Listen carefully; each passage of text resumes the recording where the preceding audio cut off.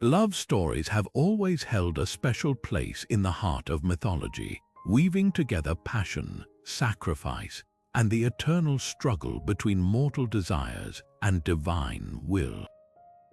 From the tragic romance of Orpheus and Eurydice to the star-crossed lovers of Romeo and Juliet, these tales captivate us because they mirror the deepest yearnings of our own hearts. But few love stories are as enchanting or as deeply rooted in celestial magic as the ancient Chinese legend of the Cowherd and the Weaver Girl. This isn't just a folk tale, it's a cosmic love story written in the stars themselves, a narrative so timeless that it's celebrated every year, even inspiring traditions that echo the spirit of Valentine's Day. Picture this, a humble cowherd, his life forever changed by a single act of kindness, and a radiant weaver girl descended from the heavens, her fingers crafting the very fabric of the sky.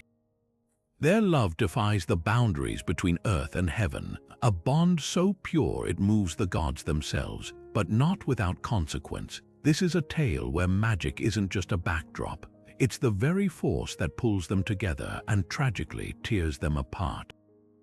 The story unfolds like a tapestry threaded with themes of devotion, separation, and the fleeting beauty of reunions under the stars. Why does this ancient myth still resonate so powerfully today? Perhaps because it speaks to something universal, the longing to bridge the impossible gaps between us, whether they're carved by distance, duty, or the whims of fate.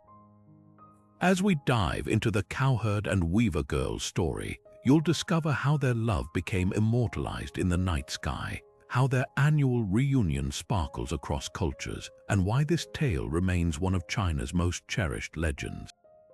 Get ready to step into a world where love doesn't just move mountains, it moves stars. The magic is about to unfold.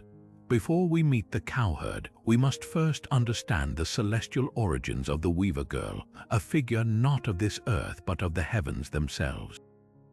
She was no ordinary maiden, she was the granddaughter of the Jade Emperor, ruler of the celestial realm in Chinese mythology, and the daughter of the heavenly Queen Mother. Born into the highest echelons of divine power, she spent her days weaving the very fabric of the sky, her delicate hands crafting the shimmering clouds and celestial tapestries that adorned the heavens. In ancient China, weaving wasn't just a craft, it was a sacred art, a symbol of cosmic order and harmony. The rhythmic motion of the loom mirrored the cycles of nature, the passage of time, even the movement of the stars. So when the Weaver Girl worked, she wasn't just creating beauty, she was maintaining the balance of the universe itself. But beyond her divine duty, there's something deeply human in her story. Despite her immortal status, she wasn't untouched by loneliness. High above the mortal world, surrounded by endless sky, she longed for something more, a connection beyond the cold perfection of the heavens. This yearning would set the stage for a love story that defied the very laws of the cosmos. Imagine her, this celestial artist, peering down through the clouds at the vibrant world below, unaware that her destiny was about to intertwine with a humble cowherd in a way no one, not even the gods, could have predicted. The contrast between her ethereal existence and the earthy simplicity of the cowherd's life is what makes their love so compelling. She was divine grace, he was grounded in the rhythms of the land. Yet somehow their worlds would collide in a moment of cosmic serendipity, proving that even the heavens couldn't contain the power of true connection. But as we'll soon see, such a love was never meant to go unchallenged, not when the gods themselves had other plans. Down on earth, far beneath the shimmering heavens where the Weaver Girl wove her celestial tapestries, lived a young man named Niulang, though most simply called him the Cowherd. His life was one of quiet hardship, marked by calloused hands and days that began before dawn. Orphaned young and left with nothing but a patch of land and a single ox, he spent his years tending to the few animals he could afford, his world bounded by the rhythm of labor and the generosity of the loyal beast that never left his side. His ox wasn't just a companion, it was his only family, a steadfast friend who shared his hunger, his toil, and, in time, the secret that would change his life forever. Niulang's poverty never hardened his heart. In fact, it was his kindness that set him apart. The way he'd mend fences for elderly neighbors, the way he'd offer his last scrap of bread to a hungry traveler. There's a quiet heroism in such small acts, a testament to the idea that true worth isn't measured in riches but in character.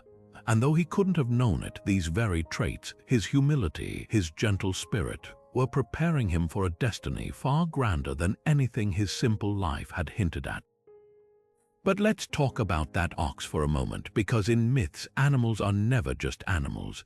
This ox was wise beyond its years, a creature with an almost supernatural understanding of the world. Some versions of the tale even suggest it was once a celestial being itself, punished and cast down to earth, now watching over Niulang like a guardian. Whether divine or simply extraordinary, the ox saw what Niulang couldn't, that the heavens were about to intervene in their quiet existence. One evening, as the sun dipped below the horizon, the ox did something astonishing. It spoke. It told Niulang of a hidden grove where heavenly maidens bathed in a secluded pond, their robes of starlight left carelessly on the banks. Among them, it whispered, was the weaver girl. Now, if this sounds like the beginning of a trick or a test, that's because it was. The ox wasn't just guiding Niulang to love, it was offering him a choice. To take a maiden's robe was to bind her to the earthly realm, a decision with consequences neither of them could yet fathom. But when Niulang crept to the pond that night, his heart pounding, he wasn't thinking of celestial laws or divine retribution. He saw only her, the weaver girl, her laughter like wind chimes, her presence so radiant it made the moon seem dim. And in that moment, something in him knew this was no accident. Fate had woven their threads together long before they met. Of course, stealing a goddess's robe isn't the most conventional way to begin a courtship. Yet their love, once kindled, burned with a sincerity that even the heavens couldn't deny. For a time, they built a life together, their differences not a barrier but a balance, his grounded strength complementing her ethereal grace, her creativity inspiring his steadfast devotion. But myths, like the stars, are woven with both light and shadow. Their happiness was fleeting, a fragile dream that the gods, as we'll soon see, had no intention of letting last. The moment the ox spoke, Niulang's world tilted on its axis. Here was the creature he'd trusted with his life, now revealing itself as something far more than a simple beast. Its voice carried the weight of ages, a rumble like distant thunder as it unfolded the truth. This ox had once walked among the stars, cast down to earth for reasons lost to time. But its loyalty to Niulang remained unshaken, and that loyalty now compelled it to act. Go to the eastern woods at twilight, it urged, where the waters of the heavenly mirror pool ripple under the touch of divine hands. The description alone sent shivers down Niulang's spine. He knew the place, a secluded glen where mortals rarely wandered, rumored to be a threshold between realms. That evening, as the sky blushed with the last light of day, Niulang crept through the trees, his pulse echoing in his ears. The ox had warned him what to expect: 7 sisters, each more radiant than the next, their laughter like silver bells as they bathed in the pool's enchanted waters. Their robes, woven from starlight and cloud thread, lay folded on the mossy banks, keys to their celestial home. Take only the red one, the ox had whispered. Its wearer is the weaver girl, and her heart is as kind as your own. What Niulang saw when he reached the clearing stole his breath. The maidens moved with a grace no earthly dancer could mimic, their forms glimmering as if spun from moonlight itself. Among them, one stood apart, not in arrogance but in quiet solemnity. Even as her sisters splashed and sang, she lingered at the water's edge, her fingers tracing patterns on the surface as if she could weave fate itself. Niulang didn't need the ox's guidance to recognize her. The weaver girl's loneliness mirrored his own, a silent understanding that spanned the chasm between heaven and earth. Stealing a goddess's robe felt like blasphemy, but the ox's words echoed in his mind. Without it, she cannot return. His hands trembled as he lifted the fabric, cool as mist, lighter than silk, yet humming with a power that prickled his skin.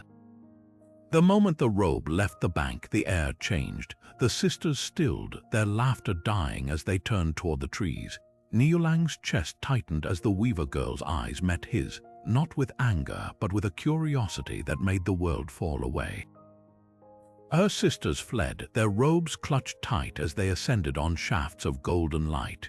But the weaver girl remained, standing knee-deep in the pool, her gaze locked on the mortal who held her destiny in his hands. "You've trapped me," she said, though her voice held no accusation, only wonder. Niulang could have lied, could have spun a tale to mask his actions. Instead, he did something far more dangerous. He told the truth. "I took it because I had to meet you," he admitted, the words spilling out like a confession. "And now that I have, I can't imagine letting you go." The silence that followed was thicker than the forest around them. Then, impossibly, the weaver girl smiled. It wasn't the smile of a captive, but of someone who just found the answer to a question she'd carried for centuries. In that moment, something passed between them, an unspoken recognition, as if their souls had been searching for one another across lifetimes. The Ox's plan had worked, but neither of them could have predicted what came next. Not a divine punishment, not a demand for freedom, but the slow, inevitable unfolding of love. Yet even as they walked back to Niulang's humble cottage, the weaver girl's hand warm in his, the Ox watched with mournful eyes. It knew what they did not, that heaven's wrath was never swift, but it was certain. The gods would not let their favorite weaver remain on earth forever. Every love story has its cost, and theirs would come due under the cold gaze of the stars. The moment their eyes met by the heavenly mirror pool, something extraordinary happened. Time itself seemed to pause. Niulang, still clutching the weaver girl's celestial robe, felt a warmth bloom in his chest, something deeper than mere fascination. For the first time in his solitary life, he wasn't just seen, he was known. And the weaver girl, though robbed of her way home, found herself smiling at this mortal who dared to reach beyond his world to touch hers. There was no anger, no fear, only a quiet certainty, as if the universe had whispered, "This is where you belong." Their courtship unfolded like the changing seasons, unhurried, natural, and brimming with unspoken understanding. Niulang, though poor in material things, offered her everything he had: his honesty, his unwavering care, the quiet rhythm of his days. He showed her how to knead dough from coarse grain, laughing when her celestial fingers fumbled the task. She, in turn, wove him a cloak so light it felt like wearing sunlight, threading it with patterns that shifted like the constellations she once knew. Together, they discovered the magic in mundane moments, the way firelight danced in each other's eyes, the way silence between them was never empty but full of unspoken stories. The Ox, now graying at the muzzle, watched over them like a sentinel. It had witnessed the birth of love in Niulang's humble cottage, a love so pure it seemed to soften the very air around them. Even the loom the weaver girl fashioned from river reeds and willow branches hummed with a newfound energy, as if her celestial artistry had finally found its true purpose. When she wove, the fabrics carried whispers of the heavens, tapestries that rippled like wind over water, blankets that held the warmth of a midsummer sky. Niulang would return from the fields to find their home transformed, every corner alive with her touch. Their wedding was a celebration etched in simplicity. No grand hall or golden chariots, just a circle of village elders, the Ox adorned with wildflowers, and the weaver girl radiant in a gown she'd spun from dawn light and dewdrops. As they clasped hands and vowed their lives to one another, even the birds stilled their songs to listen. Here was a love that needed no audience, no divine approval. It was enough that the earth beneath their feet trembled with joy, that the stars leaned closer to witness what they had lost. But love stories like theirs are never allowed to remain untouched by fate. For a time, their happiness seemed unshakable. Twins came, a boy and a girl, their laughter filling the cottage with a music sweeter than any celestial chorus. The weaver girl taught them to trace constellations in the dirt, while Niulang carved tiny oxen from fallen branches, their little hands clutching them like treasures. Life was tender, fragile, achingly beautiful, yet woven into the fabric of their joy was a thread of inevitability. The heavens had not forgotten their stolen daughter. And when the reckoning came, it would not ask permission. Their days together unfolded like the quiet, steady rhythm of the seasons. Niulang rose with the sun, his hands calloused but sure as he tended their small plot of land, coaxing life from the stubborn earth. The fields, once sparse and struggling, now flourished under his care, rows of golden grain swaying like a whispered promise, vegetables plump and vibrant. There was a joy in this work, a satisfaction deeper than hunger or coin, because every stalk he nurtured, every seed he planted, was for them, for her. For the family they'd built, and when he paused to wipe the sweat from his brow, he'd glance toward their cottage where the weaver girl sat beneath the old mulberry tree, her fingers dancing across her loom. Her weaving had changed since coming to the mortal world. No longer constrained by celestial patterns, her tapestries now burst with the colors of earthly life, the deep green of the forest after rain, the fiery blush of autumn leaves, the soft pink of their children's laughter. Villagers would stop in awe, murmuring that her fabric seemed alive, as if she'd somehow spun the very soul of the world into thread. But the truth was simpler and far more miraculous. She wove what she loved. And she loved this life, this humble patch of earth, with a fierceness that surprised even her. Their children were her greatest masterpiece. The boy, sturdy and bright-eyed like his father, would trail after Niulang, clutching a miniature hoe, determined to help. The girl, with her mother's delicate features and a voice like a spring brook, would sit at the weaver girl's feet, tiny fingers clumsily mimicking the motions of the loom. Their cottage was alive with noise, chatter, giggles, the occasional squabble, a symphony of ordinary magic. Evenings were spent by the hearth, Niulang mending tools while the weaver girl spun tales of the heavens, their children's eyes wide with wonder. But it wasn't just their little family that thrived. The village, once wary of the celestial maiden in their midst, had come to cherish her. She taught the women new weaving techniques, her patterns carrying whispers of the stars, while Niulang shared the wisdom his ox had imparted: when to plant, when to harvest, how to read the sky's unspoken signs. Together, they became pillars of their community, their love radiating outward like ripples in a pond. Yet woven into the fabric of their happiness was a quiet tension, a shadow only the ox seemed to notice.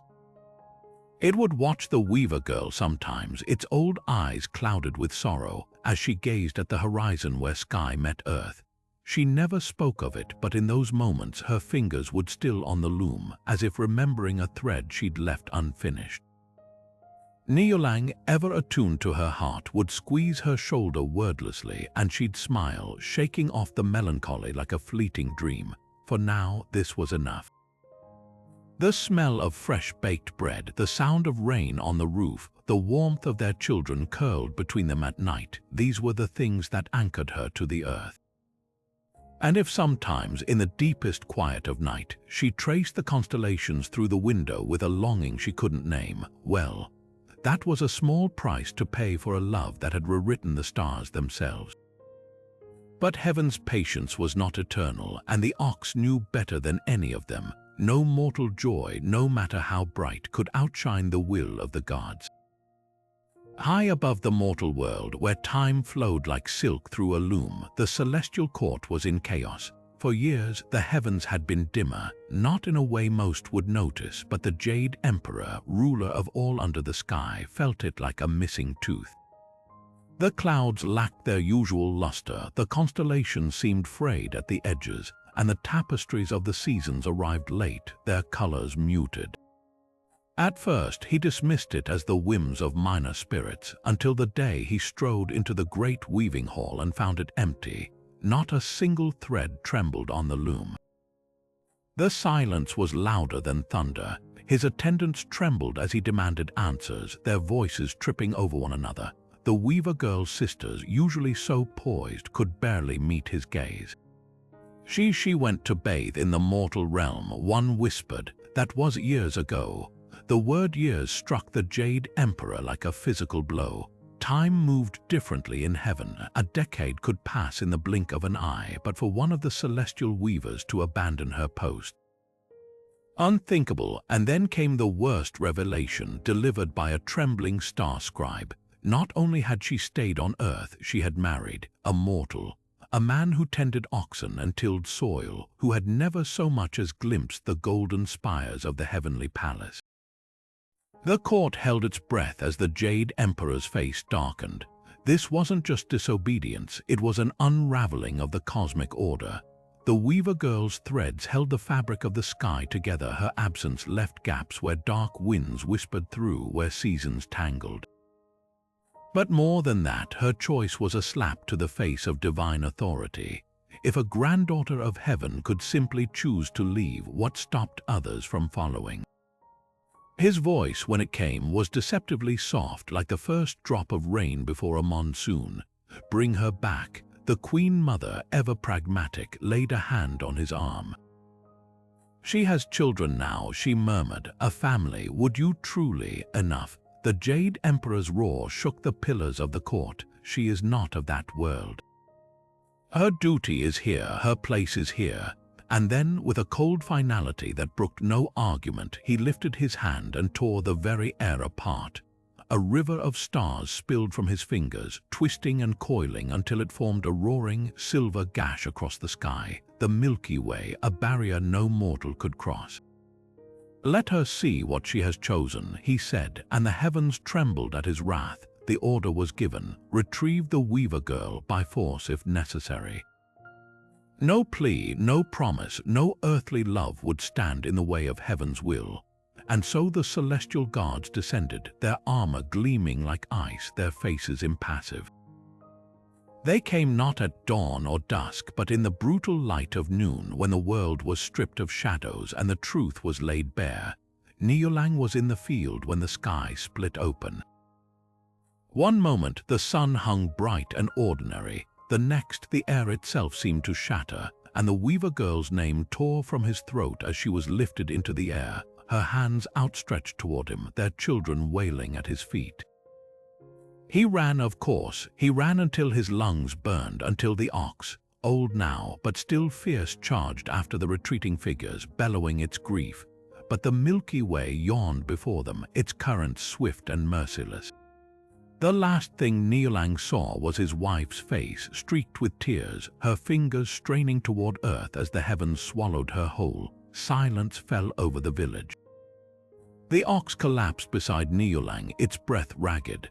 The children clung to their father, their small bodies shaking, and high above, the Jade Emperor surveyed his handiwork with grim satisfaction. The Weaver Girl was back where she belonged. The heavens would be whole again, but love, as the stars would soon learn, is not so easily undone. The sky cracked open with a sound like splintering bone. One moment Niulang was laughing, his hands caked with soil as the Weaver Girl pressed a cool cup of water to his lips. The next, the air itself shuddered, and a dozen golden armored figures descended on beams of blinding light. Their spears gleamed like icicles in midsummer, their faces masked by helmets forged from the dawn itself. No words were spoken, none were needed. The celestial soldiers moved with the inevitability of tides, their fingers closing around the Weaver Girl's arms like manacles. She fought, oh how she fought. Her nails tore grooves in their immaculate armor, her voice rising in a scream that shook the barley fields. Niulang. Her cry split the world in two. He lunged forward, but the soldiers raised a wall of fire between them, a searing curtain of blue flame that melted his sandals to his skin. Their children, barely waist-high, stumbled through the smoke, their tiny hands grasping at empty air where their mother had stood seconds before. The ox bellowed, its horns lowered in a charge, but one flick of a soldier's wrist sent it crashing to its knees, aged legs buckling under celestial force. Up, up they dragged her, the Weaver Girl's hair streaming behind her like a comet's tail. Niulang watched helpless as her fingers stretched toward him, not in surrender but in promise. She was still weaving, even then, even as the heavens reclaimed her. Her hands moved in familiar patterns, spinning something invisible from the threads of her desperation. The last thing he saw before the sky sealed shut was the single tear she let fall, a droplet that struck the earth between their children and burst into a cluster of starflowers, their petals glowing faintly in the dirt. Silence, the kind that comes after avalanches, after storms. Niulang collapsed to his knees, his children clinging to him like burrs. The ox wheezed at his side, its ribs heaving. And above them, the Milky Way glittered with cruel new brilliance, a river too wide to cross, too deep to fathom. The villagers would whisper later that they heard weeping from the cottage that night, not just human sorrow, but the sound of the loom itself shrieking as it splintered, its empty frame rocking back and forth like a cradle with no child to hold.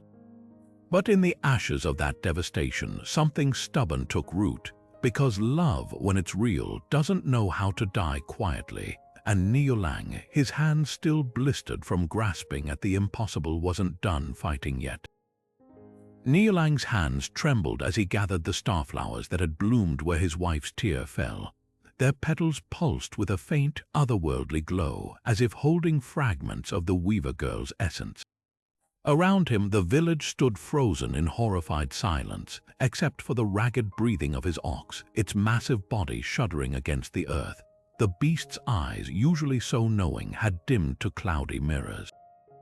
Yet even as its strength failed, it managed one last act of devotion. With a groan that seemed to echo from the depths of the world itself, the ox rolled onto its side, its hide splitting open like a chrysalis, not in death but in transformation. What emerged wasn't flesh and bone, but something far stranger, a cloak woven from starlight and memory, shimmering with the same celestial energy that once danced across the weaver girl's loom. The children gasped as Niulang lifted it, the fabric flowing through his fingers like liquid moonlight. Then, impossibly, the ox's voice, weak but unwavering, rumbled through the air one final time. Wear it.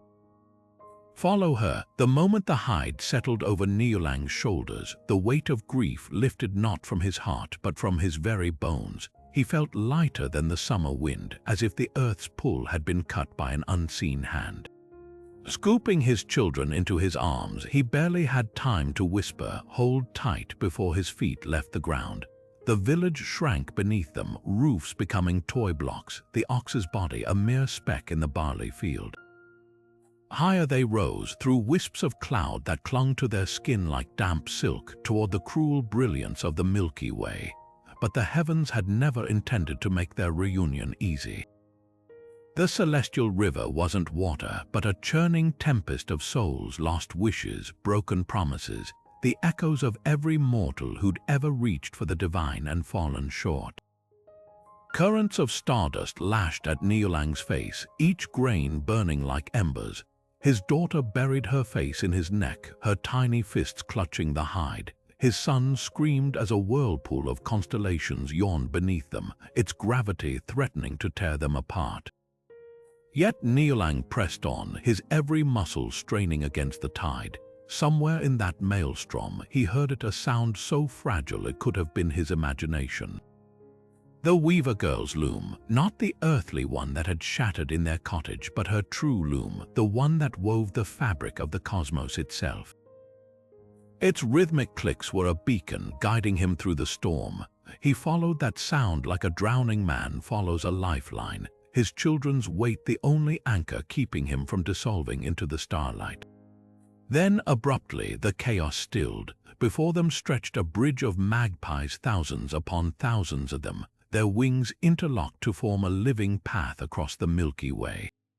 It was a sight that defied reason, an act of defiance not just against heaven's laws, but against the very idea of separation. Because magpies, in Chinese lore, are the messengers of joy, the harbingers of reunions. And in that moment they chose sides. Niulang didn't hesitate. As his bare feet touched the first feathered span, the cloak flared behind him like a comet's tail, its magic shielding his children from the void below. Step by precarious step, they crossed the bridge, each feather warm with the collective hope of every lonely heart that had ever ached under the stars. Ahead, through the shimmering curtain of the celestial court, a figure waited, her hands outstretched, her eyes brimming with a love so fierce it had bent the universe to its will. The Jade Emperor would rage, the heavens would tremble, but for now none of that mattered, because after an eternity of falling, Niulang was finally flying. The Milky Way had always been there, of course, a shimmering arc across the night sky, a celestial ribbon woven from the dreams of ancient astronomers.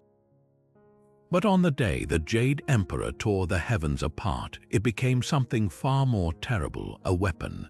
With a single sweep of his hand, he transformed that gentle river of stars into a roaring, uncrossable chasm, its currents laced with divine fury. This was no accident of cosmic geography. It was a deliberate act of cruelty, a boundary etched in starlight to ensure the Weaver Girl and Niulang would never touch again. Imagine standing at the edge of such a divide, not the neat, twinkling band we see from Earth, but a living, seething torrent of cosmic energy, every flicker a lost sigh, every gleam a forgotten promise. The sheer scale of it would break a mortal's mind. Millions of stars whirling like grains of sand in a tidal wave, their collective brilliance burning with the cold indifference of eternity. For the Jade Emperor, this wasn't just punishment, it was a statement. The divide between heaven and earth wasn't merely physical, it was sacred, and love, no matter how pure, wasn't enough to bridge it. Yet the irony was exquisite. In his rage, the Jade Emperor had unwittingly given their love the grandest possible stage. Where before their story had been whispered in a single village, now it blazed across the cosmos. Every night, as the Milky Way arched overhead, it became a reminder, not just of their separation, but of the lengths they'd go to defy it. Farmers pointed to its shimmering path and spoke of the cowherd who dared to chase a goddess. Lovers traced its contours with their fingers and made silent vows beneath its glow. Even the stars themselves seemed to take sides, some dimming in sorrow, others burning brighter as if in protest. There's a deeper symbolism here, one that transcends the myth. The Milky Way isn't just a barrier, it's a mirror.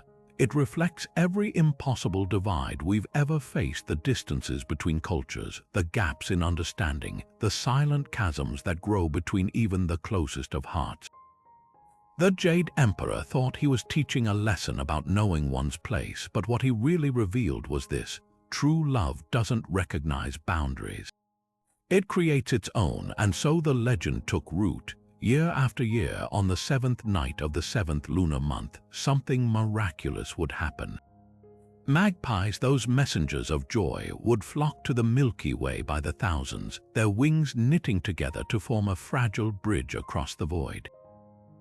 For one fleeting night, the lovers could meet, their hands clasped above the abyss, their whispers lost in the sighing of the stars. It was never enough.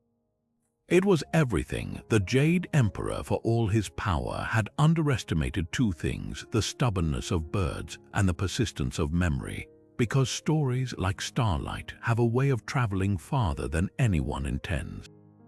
Long after the celestial court forgot its anger, long after the Weaver Girl's loom fell silent, the world kept telling their tale, not as a warning but as a promise that no divide is truly insurmountable, not when love is the compass that guides you home. The Magpie saw what the heavens refused to acknowledge: that love, when it burns bright enough, can rewrite even the laws of the cosmos. These weren't just ordinary birds. In Chinese folklore, magpies are heralds of joy, their black and white feathers symbolizing the balance between yin and yang, their very presence an omen of good fortune. So when they witnessed the devastation of Niulang and the Weaver Girl, their wings stirred with something deeper than instinct. It was compassion. Year after year, as the 7th day of the 7th lunar month approached, the magpies would gather in murmurations so vast they blotted out the sun. They came from every corner of the earth, from bamboo forests where poets brushed ink onto parchment, from mountain villages where children tossed them crumbs, even from the eaves of the celestial palace itself, where they'd perched unseen, listening to the Weaver Girl's silent weeping. Without orders, without ceremony, they did what the gods would not. They bridged the impossible. Picture the moment, thousands of magpies locking wings, their bodies forming a living causeway over the Milky Way's furious currents. Their feathers glistened with stardust, each one absorbing a fraction of the celestial river's wrath, so Niulang and the children could pass unharmed. It wasn't a perfect solution. The bridge lasted only a single night, dissolving at dawn as the magpies scattered, but it was enough. For a few precious hours, the lovers could clasp hands, their tears mingling as they whispered apologies and promises against the indifferent vastness of space. There's a reason this reunion happens on the 7th day of the 7th month. In Chinese numerology, 7 is a number of union, a rhythm that pulses through nature, the 7 colors of the rainbow, the 7 notes of the musical scale. Even the heavens couldn't suppress that harmony forever, and so, against all odds, the magpies honored it, their annual sacrifice turning the Jade Emperor's punishment into something bittersweet and beautiful. But here's what the legends often leave unsaid. Magpies choose this duty. Every year they could ignore the call. Every year they return. Their loyalty isn't compelled by magic or decree. It's a testament to the quiet power of empathy, the understanding that some bonds are worth upholding even at great cost. And when dawn breaks, when the lovers are torn apart once more, the magpies don't mourn. They simply vanish into the waking world, carrying with them the unshakable certainty that next year they'll do it all again. To this day, if you're quiet enough on the 7th night of the 7th moon, you might hear it, the faint rustle of wings against the stars, the echo of a love so persistent it turned even the birds into rebels. The tragedy of the cowherd and the weaver girl didn't just ripple through the stars, it transformed the earth below. Over centuries, their celestial longing crystallized into one of China's most cherished celebrations, the Qixi festival, often called Chinese Valentine's Day. But this isn't just a day for roses and chocolates. It's a tapestry of ancient rituals, whispered prayers, and the quiet magic of human connection. Legend says the festival began when mortal women noticed how the stars Vega and Altair, the weaver girl and Niulang in celestial form, seemed to draw closer on the 7th night of the 7th lunar month. They took it as a sign. If love could defy the heavens, perhaps the gods might bless their dreams too. Young girls would gather in moonlit courtyards, offering melons and tea to the star-crossed lovers, their fingers deftly threading needles as they whispered wishes for skill in weaving, embroidery, and most secretly, for a love as enduring as the stars themselves. There was something sacred in those moments, a hush that fell over villages as women and girls alike set out their finest handicrafts, hoping the weaver girl might glance down and bless their work with celestial grace. The Qixi festival became a mirror of the myth itself, both celebration and lament. Unmarried women would pray for deft hands and wise hearts, while married couples left offerings of fruit beneath the moon, their quiet gratitude woven into the night. In some regions, children tied red strings to bamboo branches, their laughter carrying wishes skyward. Elsewhere, poets penned verses on lotus leaves, setting them afloat on rivers to mimic the magpie's bridge. Every tradition, every ritual was a thread binding the earthly to the divine. But here's what makes Qixi truly remarkable. It's never been just about romance. At its core, the festival honors craft, the labor of hands and heart. The weaver girl wasn't simply a lovelorn goddess, she was the patron of skill, her loom a symbol of dedication. Young apprentices would present their first completed works on this night, seeking approval not only from masters but from the cosmos. Farmers studied the sky, believing the clarity of the Milky Way foretold the harvest.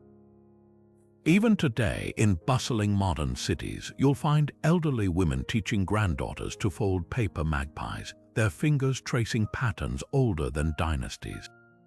The festival's resilience is its own kind of magic.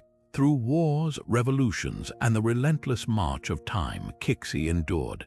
Commercialization nudged it toward Valentine's Day comparisons. Storefronts now gleam with heart-shaped lanterns. Couples exchange Qixi Cairo chocolates, but the old rhythms persist. In rural villages, elderly couples still recount the legend to wide-eyed children, pointing to Vega and Altair as they crest the horizon. Urban rooftops host stargazing parties where astronomers blend ancient mythology with telescopes, tracing the lover's path through the cosmos. Perhaps that's the true lesson of Qixi. Love stories don't end. They ripple outward, becoming festivals, then traditions, then something as constant as the stars themselves.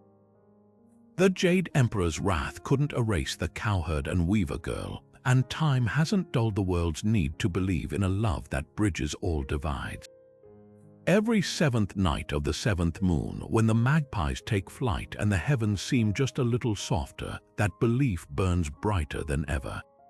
Look up on a clear summer night and you'll see them, Vega and Altair, two of the brightest stars in the sky, burning with a brilliance that feels almost deliberate.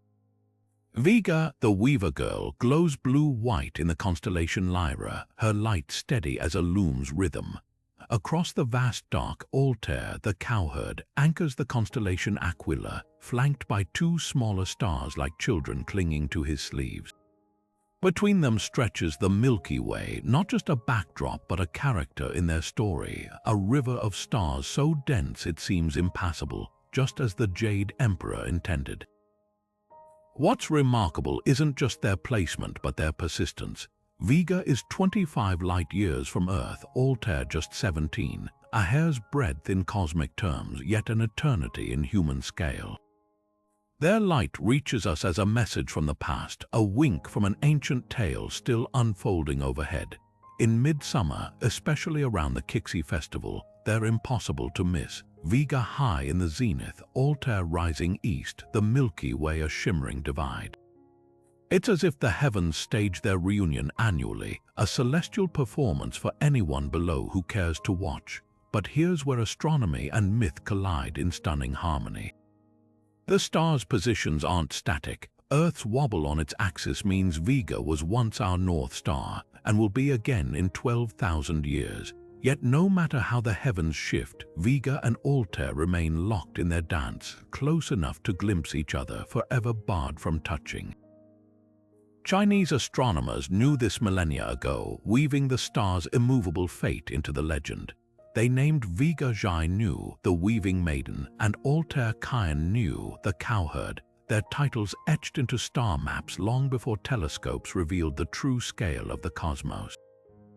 The Milky Way's role in this drama is equally profound. To the naked eye, it's a hazy band, but through a telescope, it resolves into countless suns, a barrier not of water but of fire. The Jade Emperor's cruelty becomes cosmic truth. No mortal could cross such a gulf without wings, without magic, without the impossible solidarity of birds. And yet, when the magpies bridge it each year, they're not defying astronomy, they're obeying something deeper. The stars' alignment in late summer creates the illusion of proximity, as if Vega and Altair lean closer, straining against the void. It's a trick of perspective, yes, but also a testament to how myth bends reality to its will. Modern skywatchers can pinpoint the moment the lovers meet. Around midnight during Qixi, Vega and Altair appear to align with Deneb, another bright star, forming the summer triangle, a shape that cultures worldwide have interpreted as a bridge, a ladder, or a trio of reunited souls. In China, it's the magpie's path made manifest, a geometry of longing written in light. Even NASA star maps acknowledge the legend, tagging Vega and Altair with their mythic names alongside their scientific designations. Science measures distances, stories measure the heartbeats between them. Perhaps that's why this tale endures. The stars are facts, but the story we drape over them, the love, the loss, the stubborn hope, is what makes them unforgettable. Every culture has its constellations, but few have spun them into something as alive as Qixi.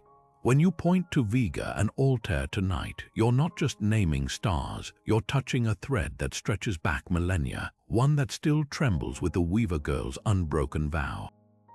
Folktales are like rivers. They shape the land they flow through and in turn are shaped by it. The story of the cowherd and weaver girl might share its heart across China, but its details ripple into countless local versions, each reflecting the landscape and values of the communities that cherish it. Take the ox, for instance. In some villages along the Yangtze, the beast isn't just a celestial guide in disguise, but a former star god who rebelled against heaven's rigidity, choosing exile to help mortals.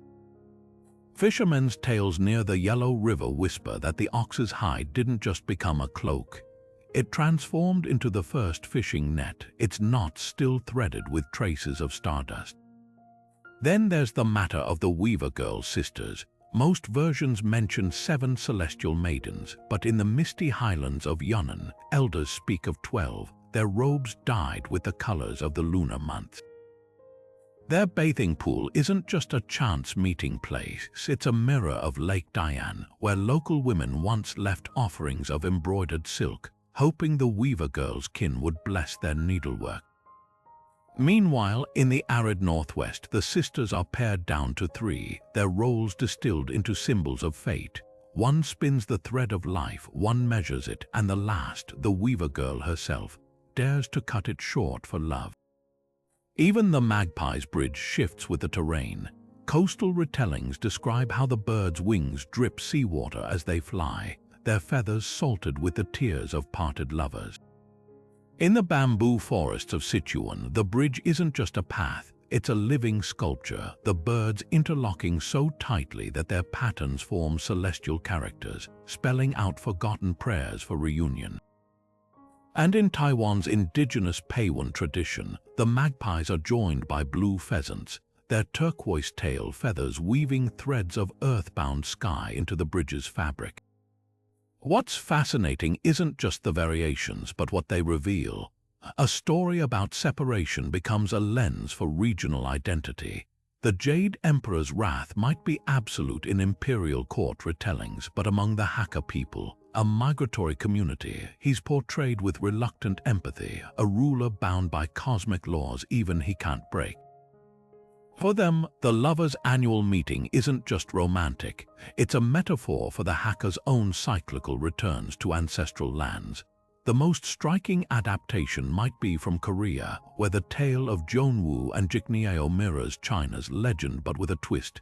Here, the ox is a shape-shifting spirit who tests the cowherd's integrity before aiding him. And in Japan's Tanabata festival, the weaver girl's grief is said to stain the autumn leaves red, a poetic detail absent elsewhere. These nuances aren't inconsistencies, they're proof that the best stories don't just cross borders, they grow roots adapting to nourish the soil that holds them. Love doesn't just defy boundaries, it exposes them. At its core, the cowherd and weaver girl story is a rebellion, a quiet but unshakable challenge to the idea that some divisions are sacred. The Jade Emperor's fury isn't just about a broken rule, it's about the terrifying possibility that love could unravel the very fabric of cosmic order.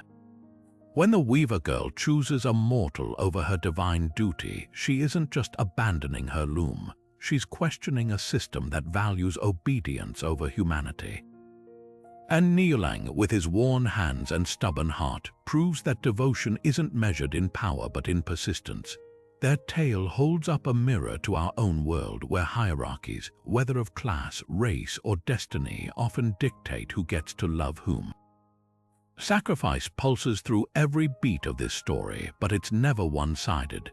The weaver girl gives up eternity for fleeting moments of earthly warmth. Niulang trades safety for the thin hope of crossing an uncrossable sky. Even the ox, that quiet architect of their love, surrenders its earthly form to become a vessel for miracles.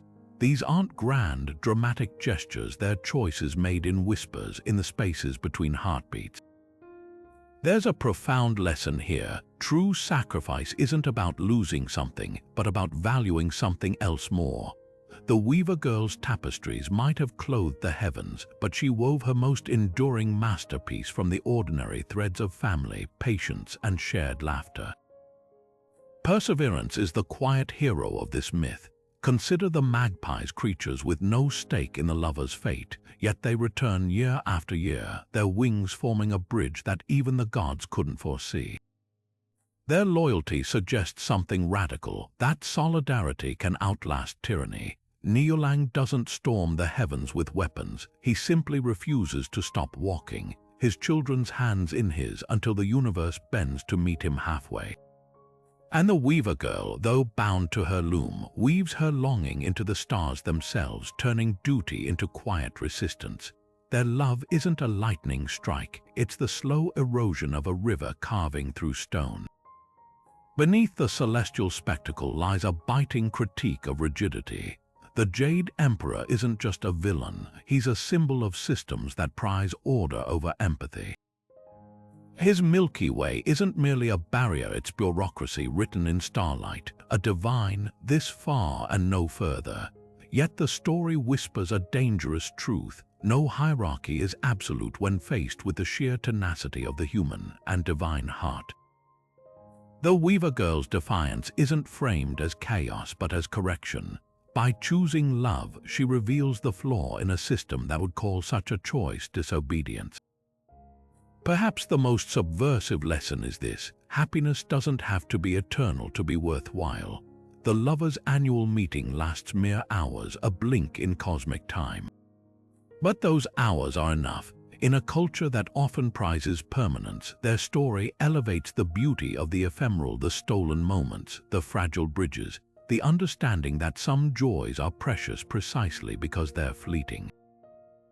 The tale doesn't promise a happy ending, it promises something rarer, a meaningful one where love isn't measured in uninterrupted togetherness, but in the courage to keep reaching across the divide. Even the magic in this story serves a moral purpose. The ox's transformation, the enchanted robe, the living bridge of magpies, none of these are mere spectacle. They're reminders that the universe itself conspires to honor love's labor. When systems fail, when walls seem insurmountable, the world has a way of offering unexpected tools to those who refuse to give up. The myth doesn't just celebrate perseverance, it suggests that perseverance alters reality, bending the rules until they finally, reluctantly, break. Centuries of retelling haven't dulled the story's edge.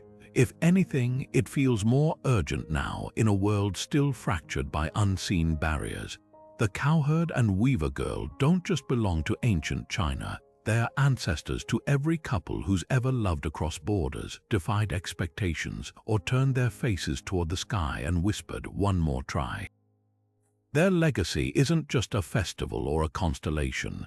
It's the unshakable belief that no divide, no matter how vast, is truly permanent, not when love is the current that carries us. The tale of the Cowherd and Weaver Girl has woven its way through Chinese art and literature like golden thread through silk, leaving behind a legacy as vivid as the Weaver Girl's own tapestries.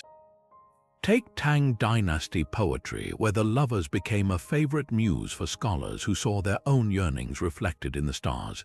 Li Bai, the immortal poet of wine and moonlight, once wrote of them, "Two stars at distant ends of heaven, yet their gaze meets across the Milky Way." His words captured not just celestial longing, but the universal ache of separation, a theme that resonated deeply in an era when officials were often exiled far from home, their families left gazing at the same constellations. Du Fu, ever the realist, took a darker view, comparing the lovers' plight to the fractured loyalties of war-torn dynasties, their reunion a fleeting respite from endless division. But it wasn't just poetry. The story thrived on the operatic stage, where the Qixi narrative became a staple of conch and later Peking opera. Elaborate headdresses transformed actresses into celestial weavers, their sleeves fluttering like wings as they reenacted the bathhouse scene or the heart-wrenching moment of abduction.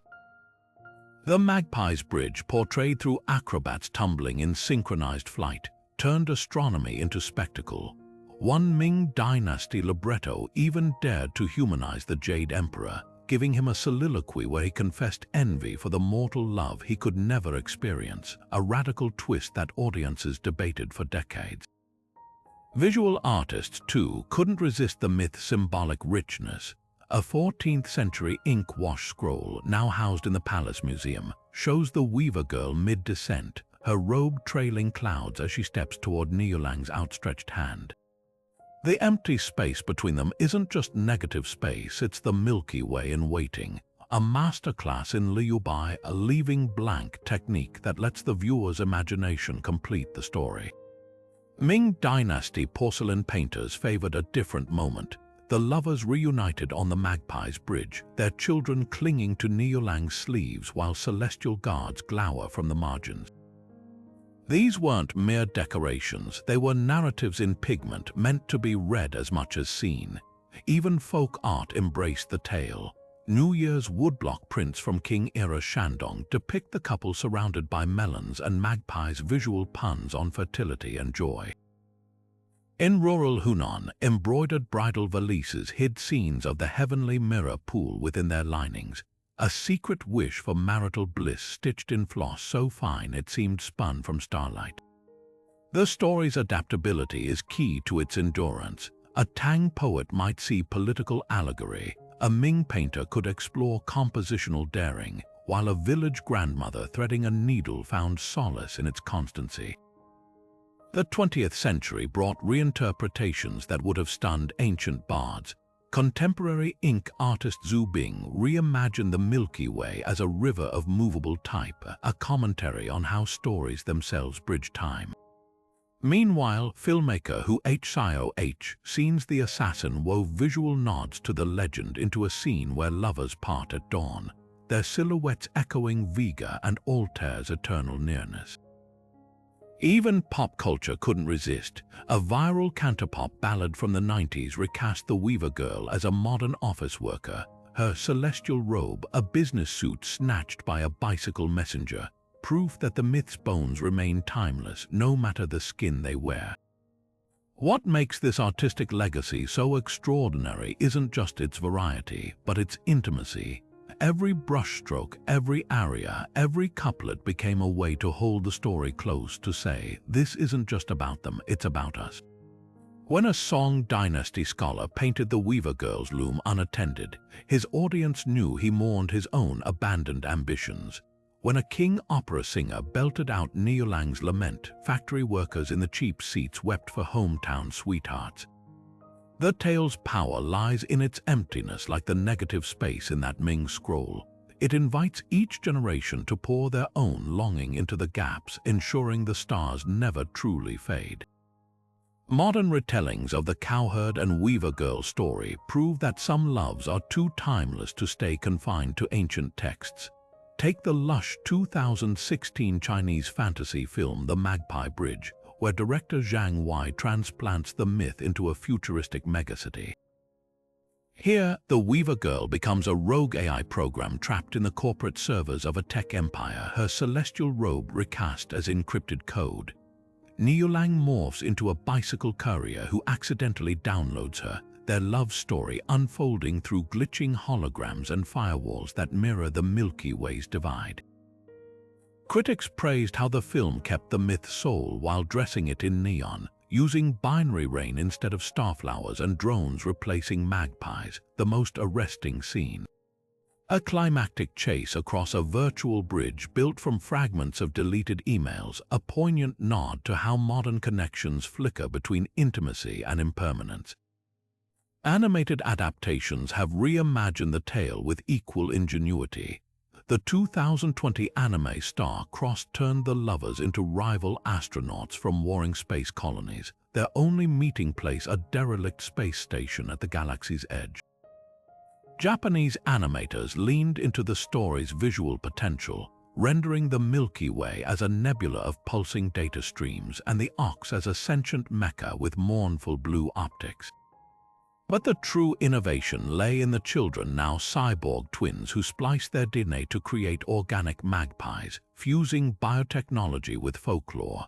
Meanwhile, Korea's Threads of Fate webtoon transplants the narrative to a 19th-century silk mill, where the Weaver Girl is a union organizer and Niulang a disabled loom mechanic. Their bridge isn't feathered but woven from stolen fabric scraps, a defiant symbol of labor solidarity. Television dramas have woven the myth into family sagas with addictive results. The 2018 sea drama Love Across the Galaxy stretched the legend over 50 episodes, grafting it onto a corporate feud between rival astronomy institutes. Viewers devoured its melodramatic twists, amnesia, secret twins, even a villainous reinterpretation of the Jade Emperor as a tech billionaire manipulating satellite networks. Yet beneath the soap opera trappings, the core remained intact, a man and woman fighting systems far larger than themselves. More subtle was Taiwan's Starlit Inc., a miniseries where the lovers reincarnate through centuries as jazz-age musicians separated by war, as 90s pen pals whose letters are intercepted, even as two women in present-day Taipei communicating through skywriting. Each iteration reinforced the central truth: barriers change, but the determination to cross them does not. Even music has given the myth new wings. Taiwanese indie band Soulfa's viral song, Magpie, replaces traditional instruments with synthesized star sounds recorded by NASA. Its lyrics are dialogue between Altair and Vega's light waves. K-pop group BTS subtly referenced the tale in their Butterfly music video, scattering origami magpies through dreamlike scenes. A nod appreciated by Global Army, who then flooded forums with analyses linking the myth to the band's themes of longing. The most haunting adaptation might be Beijing composer Tan Dun's celestial opera, where the Weaver Girls' loom strings are replaced by fiber optic cables that translate vibrations into real-time constellations projected above the orchestra. What makes these modern spins resonate isn't just their novelty, but how they highlight the myth's scaffolding. Remove the celestial trappings, and you're left with a story about inequality, about who gets to love freely and who's kept apart by invisible hierarchies. A billionaire's firewall, a war's front lines, even algorithmic bias in a dating app, all become stand-ins for the Milky Way. Contemporary retellings succeed when they preserve that essential friction, not just romance but resistance. Perhaps the most telling sign of the myth's vitality is its stealth appearances. A Japanese sake brand uses magpie imagery on its anniversary bottles. A New York graffiti artist tags bridges with silhouettes of the lovers. Even a Swedish furniture store once hid a tapestry of the story in their showroom, its description simply reading, "Long-distance relationships are tough." Like the Weaver Girls' starflowers pushing through cracks in the earth, the tale persists because its roots tap into something universal, the stubborn hope that no gap, whether of space, time, or circumstance, is truly uncrossable. The story of the Cowherd and Weaver Girl isn't just a Chinese legend, it's part of a much larger tapestry of star-crossed lovers that stretches across cultures and centuries. Think of Romeo and Juliet, the young lovers from Verona whose passion burned brighter than the feud between their families. Like Niulang and the Weaver Girl, they defied the boundaries set by those in power, choosing love over allegiance to their names. But where Shakespeare's tale ends in tragedy, the Chinese myth offers something more bittersweet. Not an ending, but a cyclical reunion, a reminder that love isn't erased by separation, it's refined by it. Then there's Orpheus and Eurydice, the Greek pair separated by death itself. Orpheus, like Niulang, crosses an impossible divide to reach his beloved, his music softening the hearts of even the underworld's rulers.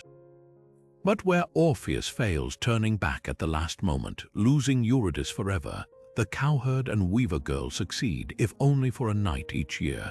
The Magpie's bridge becomes their lyre, their defiance a quieter but no less powerful melody. Both myths grapple with the same question: how far would you go for love when the universe itself seems stacked against you? These stories all share a common thread: love as an act of rebellion.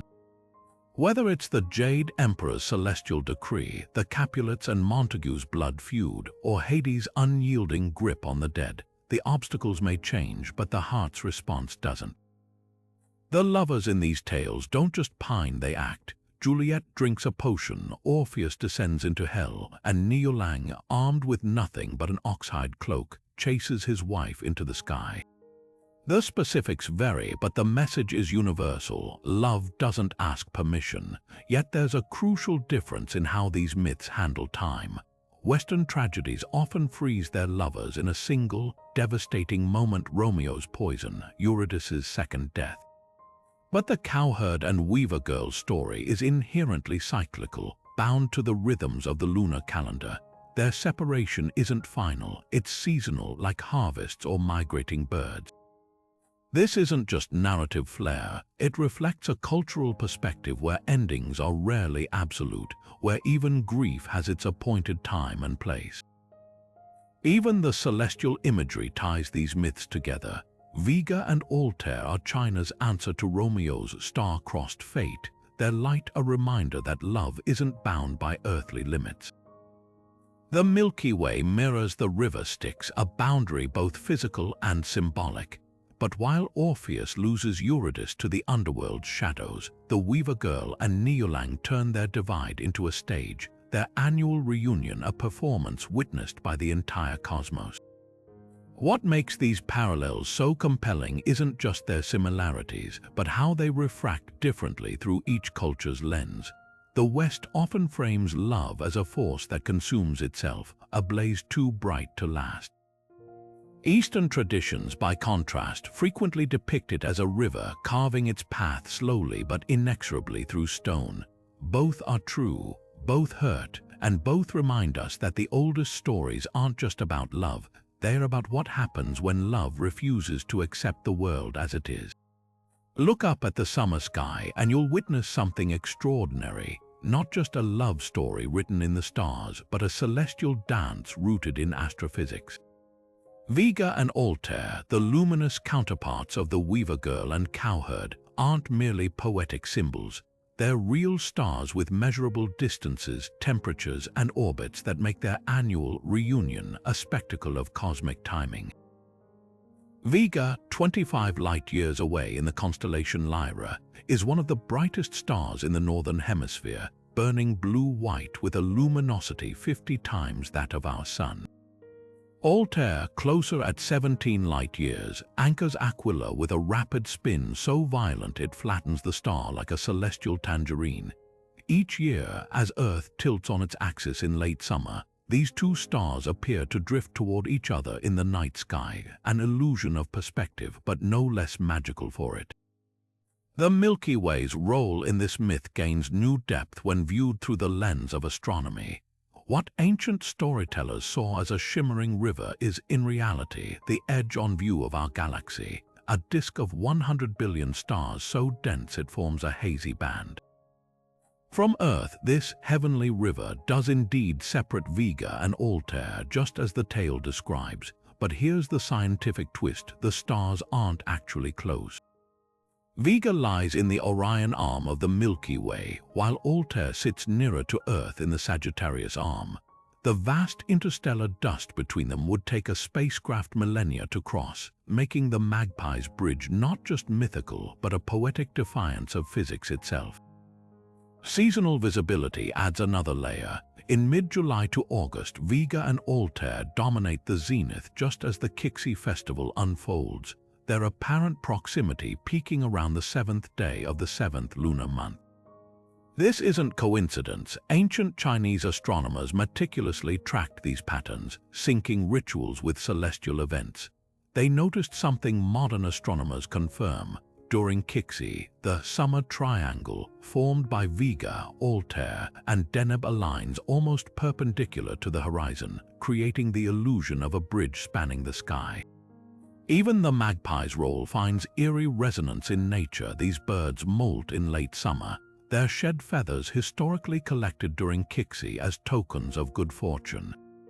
The star's behavior also mirrors the myth's themes. Vega is a variable star, its brightness fluctuating like the Weaver girl's, wavering between duty and desire.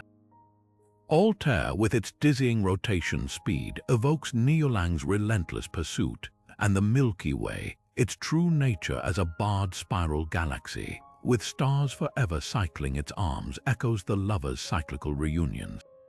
Science doesn't diminish the romance, it enriches it, revealing how ancient cultures wove observable truths into narratives that endure.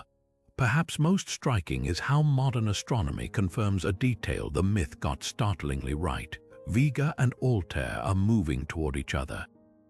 In about 600,000 years, their mutual gravitational pull will have the current distance, making them a true binary pair in Earth's sky, a cosmic fulfillment of the lover's destiny. The Jade Emperor's barrier may be galactic scale, but even the heavens, it seems, can't keep true love apart forever. Walk through any Chinese city on the 7th day of the 7th lunar month, and you'll witness a fascinating collision of ancient tradition and modern romance. Qixi Festival, once marked by quiet needlework and melon offerings, has transformed into a vibrant celebration where centuries-old customs rub shoulders with flash mob proposals and Instagram-worthy gestures. Department stores erect towering displays of magpies in flight, their LED wings shimmering like the Milky Way. Restaurants offer lovers' menus with dishes named after celestial motifs, star-crossed dumplings, Vega and Altair cocktails. Yet beneath the glittering surface, echoes of the old rituals persist. In rural Qixi, elderly women still teach granddaughters to thread needles under moonlight, just as their ancestors did, while urban millennials blend the practice with modernity by live streaming their embroidery sessions with hashtags like #StitchingMyDestiny. The festival's commercialization mirrors Valentine's Day's global grip, but with distinctly Chinese flourishes. Where Western couples exchange roses, Qixi gifting leans toward intricate handicrafts, exquisitely carved mahogany hairpins, silk scarves woven with hidden constellations, even DIY Magpie bridge models for couples to assemble together. E-commerce platforms report soaring sales of double happiness tech gadgets, his and hers smartwatches that pulse when one partner's heartbeat quickens, or apps that let couples meet in augmented reality under digital starscapes. Yet for all the modern trappings, the myth's essence remains. A Beijing bookstore chain hosts annual Letters Across the Milky Way events where strangers pen heartfelt notes to lovers, some delivered, others burned in ceremonial braziers, their smoke carrying unspoken feelings skyward. The tension between Qixi and Western Valentine's Day reveals cultural fault lines. February 14th floods China with heart-shaped chocolates and diamond ads, but many young couples reject its imported glamour as impersonal. Valentine's feels like performing love for others to see, admits Shanghai resident Li Jia while her boyfriend Wang Lei adds, Qixi is about creating something lasting like the Weaver Girls' tapestries. This sentiment fuels a revival of traditional Qixi practices, even in cosmopolitan circles. At a high-end Shanghai lounge last year, finance professionals traded stock tips by day but gathered at dusk to float lotus lanterns inscribed with classical poetry. Meanwhile, a viral TikTok trend saw Gen Z couples exchanging celestial time capsules, vintage-style star maps marking their first meeting date, sealed with wax-stamped magpie seals. Yet Qixi's most poignant celebrations happen beyond the spotlight. In Guangzhou's elderly communities, widowed sweethearts reunite over mahjong games, their tiles clinking like the loom of fate.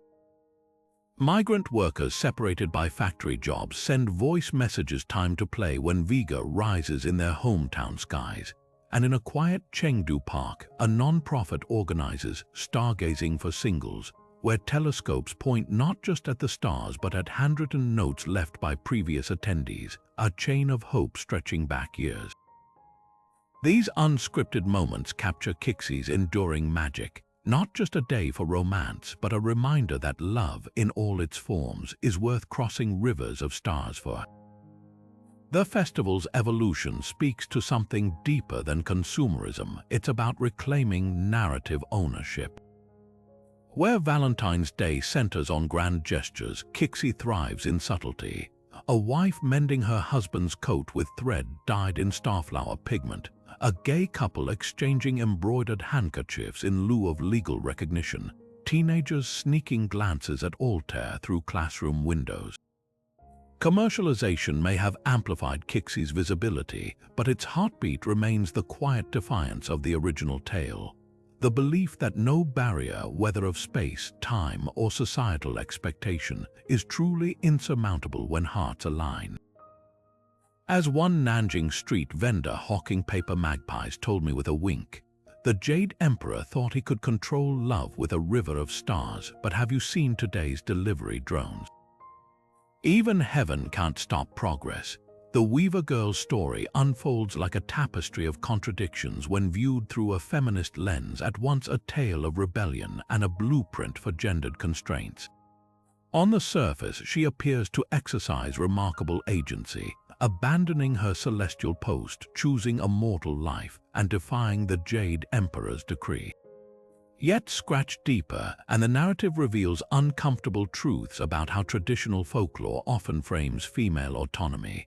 Consider the pivotal moment of her choice. Niulang steals her robe, effectively grounding her on Earth.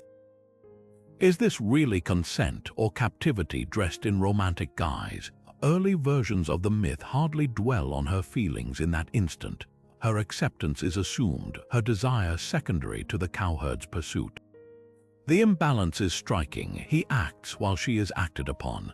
This dynamic mirrors broader patterns in global folklore, where women's agency is frequently circumscribed by male initiative. Snow White must be awakened by a prince's kiss. Cinderella requires a slipper-bearing monarch to elevate her. The Weaver Girl, though divine, follows a similar arc. Her liberation from celestial duty hinges on a man's intervention. Even her weaving, that symbol of creative power, becomes domestic labor in the mortal realm, its cosmic significance reduced to providing for a family.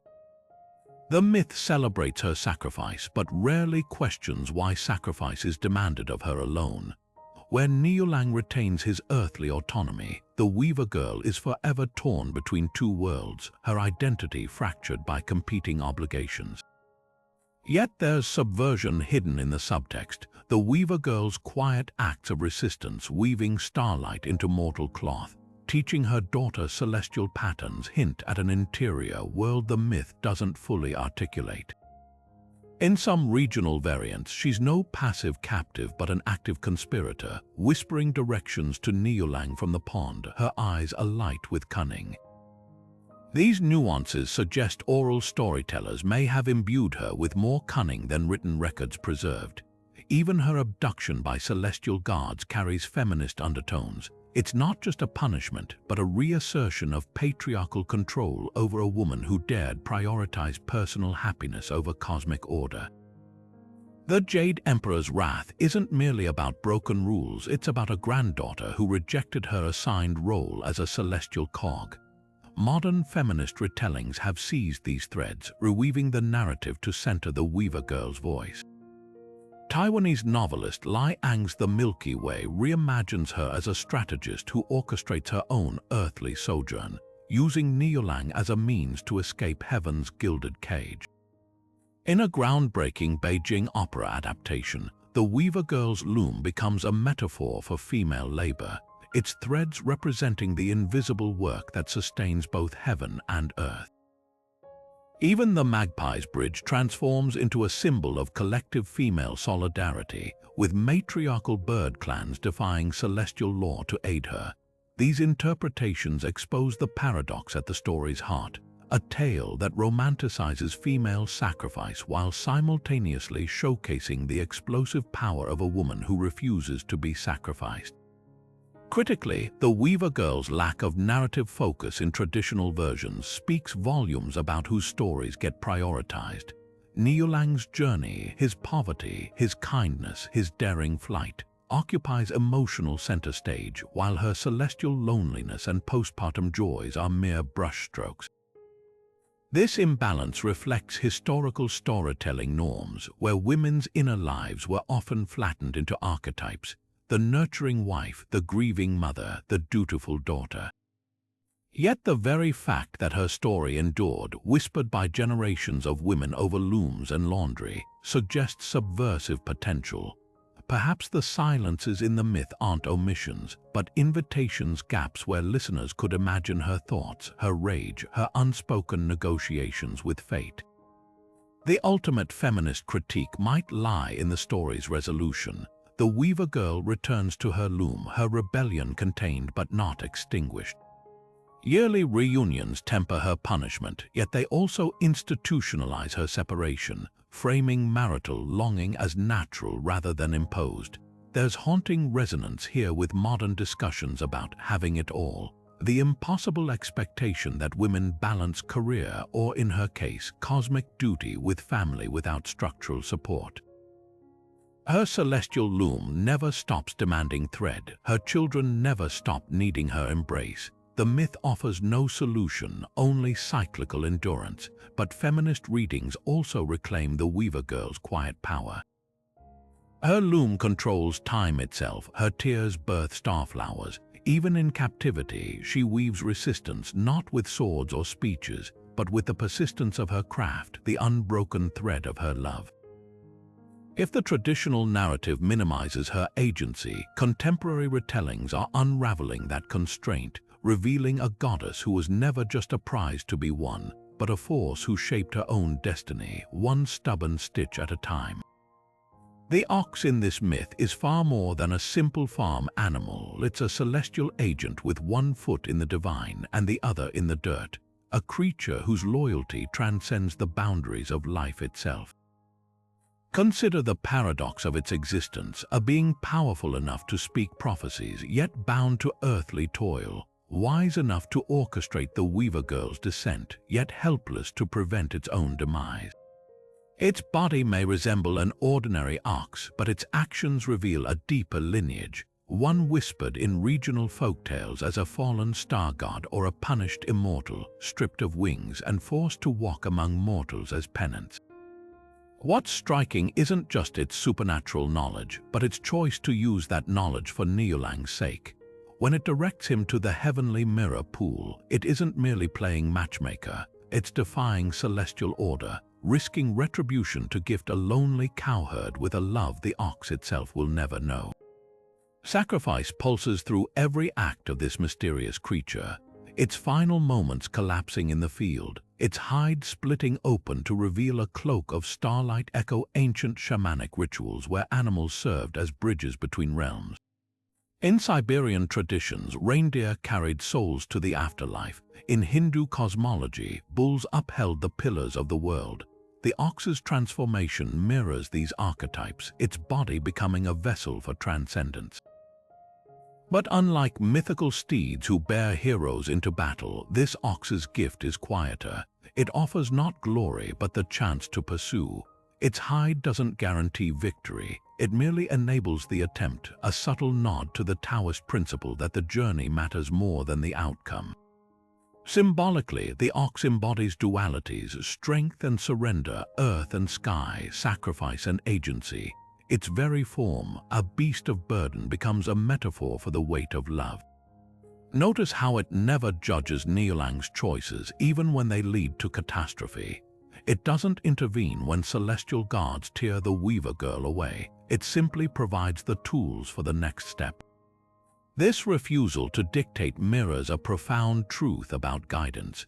Wisdom isn't about controlling outcomes, but empowering others to face their storms. Yet the ox's silence in key moments speaks volumes. Why doesn't it warn Niulang of the Jade Emperor's wrath? Perhaps because some truths must be lived to be understood. Or perhaps as a former denizen of the heavens, it knows the inevitability of divine law, not as justice but as gravity. Its final act, the surrender of its body, feels less like an ending and more like an ascension.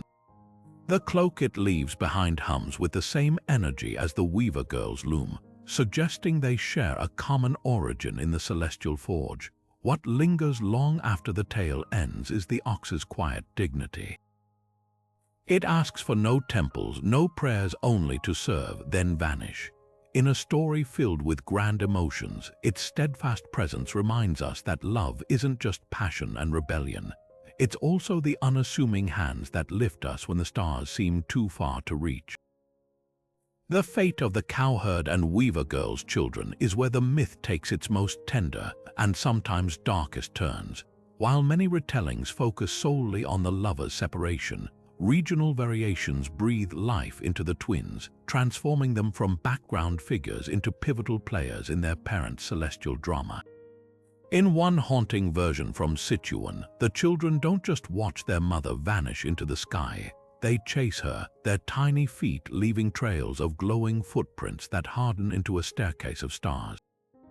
Night after night, they climb higher until the Jade Emperor, moved by their determination, transforms them into the lesser-known stars Tianquan and Taiquan, flanking Altair like eternal sentinels.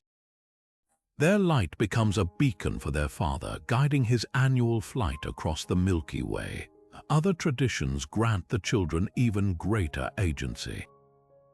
A Fujianese folktale describes how the daughter, inheriting her mother's talent, weaves a net from her own hair to catch magpies mid-flight, forcing them to form the bridge years before the birds would ordinarily gather. The son, mirroring his father's resilience, fashions a flute from a hollow reed, its melody so piercing it cracks the celestial river's surface, allowing fragments of starlight to coalesce into stepping stones. Here, the reunion isn't just granted by fate, it's earned through the cunning and courage of the next generation, yet not all interpretations offer hope. A bleak Ningxia variant suggests the twins, denied their mother's celestial longevity, age rapidly on Earth. Their hair turns white by adolescence, their voices grow raspy as they call fruitlessly toward the heavens. In their final act, they burn their father's ox-hide cloak, its ashes rising to form a temporary bridge, one that lasts just long enough for Niulang to clasp the Weaver girl's hand before disintegrating, leaving the lovers suspended in eternal nearness without true union. This version serves as a chilling reminder that some divides, even when bridged, leave scars. The children's roles often reflect cultural values.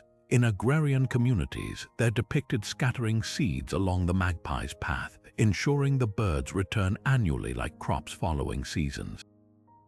Coastal retellings cast them as pearl divers who plunge into the Milky Way's depths to retrieve their mother's lost tears, which harden into moonstones that glow on reunion night. Each variation adds texture to the myth, proving that the most enduring tales aren't monoliths, but prisms reflecting different truths depending on who holds them up to the light.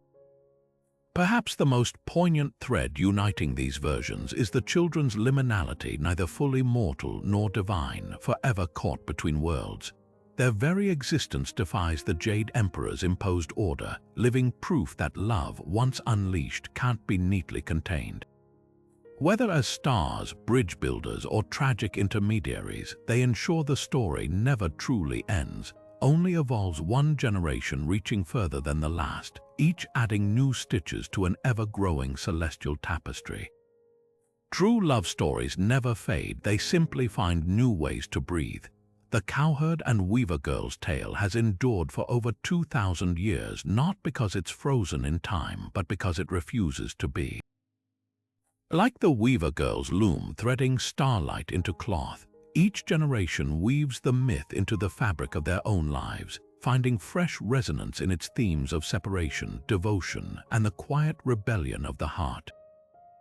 What makes this story timeless isn't just its celestial spectacle, but the raw humanity at its core, the universal ache of distance, the stubborn hope that defies even heavenly decrees.